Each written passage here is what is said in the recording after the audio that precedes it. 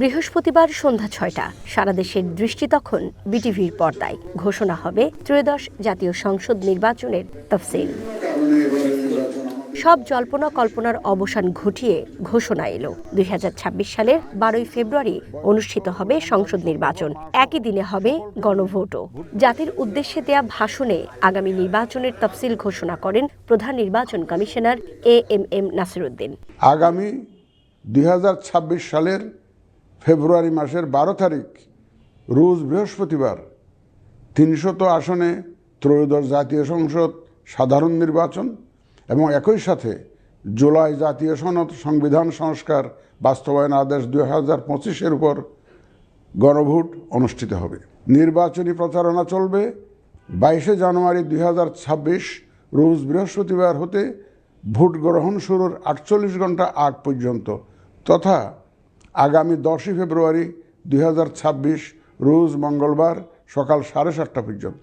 তিনি বলেন, এবারের নির্বাচনের নতুন মাত্রা হিসাবে যুক্ত হয়েছে পোস্টাল ব্যালটে প্রবাসীদের ভোট, কারাগারে থাকা কয়েদি ও সরকারি কর্মকর্তাদের ভোটের ব্যবস্থা।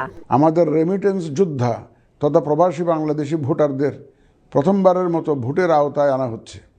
একইভাবে প্রথমবারের মতো ভোটের আওতায় আসছেন আইনি হেফাজতে থাকা ভোটারগণ। এছাড়াও নিজ নির্বাচনী এলাকার বাইরে কর্মরত সরকারি কর্মচারী এবং নির্বাচন অনুষ্ঠানের সাথে সম্পৃক্ত ব্যক্তিগণ পোস্টাল ব্যালটের মাধ্যমে এবার ভোট দেবেন। ভাষণে রাজনৈতিক দলগুলোকে গণতান্ত্রিক চেতনায় উদ্বুদ্ধ হয়ে যোগ্য প্রার্থী মনোনয়ন ও প্রতিযোগিতামূলক নির্বাচনী পরিবেশ গঠনের আহ্বান জানান সিইসি। আচরণবিধি মেনে একটি শান্তিপূর্ণ ও উৎসবমুখর নির্বাচন নিশ্চিত করি। শান্তিপূর্ণ সহাবস্থান এবং পারস্পরিক শ্রদ্ধা নিশ্চিত করে ভোটারদের বিশ্বাস ও আস্থা অর্জনই হোক আপনাদের লক্ষ্য। গণতান্ত্রিক প্রতিষ্ঠানের জন্য এই নির্বাচন হচ্ছে সক্ষমতা প্রমাণ করে ভাবমূর্তি পুনরুদ্ধারের অনন্য সুযোগ। নির্বাচন নিয়ে বিভ্রান্তি ছড়ালে প্রচলিত আইন অনুযায়ী ব্যবস্থা গ্রহণের হুঁশিয়ারিও দেন প্রধান নির্বাচন কমিশনার। প্রতিপক্ষ দল ও প্রার্থীকে হেয় করার পাশাপাশি নারীদের প্রতি বিদ্বেষমূলক প্রচারণা আমাদের ঐতিহ্যকে ক্ষুণ্ণ করে এবং নির্বাচনকে কলুষিত করে।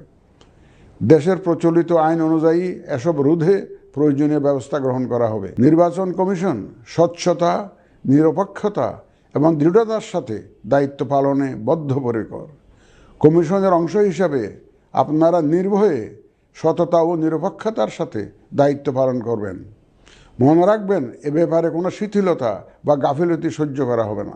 ভাষণে ভোটার, রাজনৈতিক দল, নির্বাচনী কর্মকর্তা, আইন শৃঙ্খলা রক্ষাকারী বাহিনী সহ দেশবাসীর সহযোগিতা প্রত্যাশা করেছেন সিইসি। তফসিল ঘোষণার মধ্য দিয়ে জাতীয় সংসদ নির্বাচনের আনুষ্ঠানিক যাত্রা শুরু হলো। উৎসবমুখর পরিবেশে নির্বাচনের অপেক্ষায় এখন পুরো দেশ। আন্তর্জাতিক মহলেরও রয়েছে তীক্ষ্ণ নজর। সুষ্ঠু, অবাধ এবং নিরপেক্ষ ভোটাধিকার প্রয়োগের মধ্য দিয়ে নির্বাচিত সরকার গঠন করা এখন বড় চ্যালেঞ্জ নির্বাচন কমিশনের। সুকন্যা আমির, ওয়ান নিউজ, ঢাকা।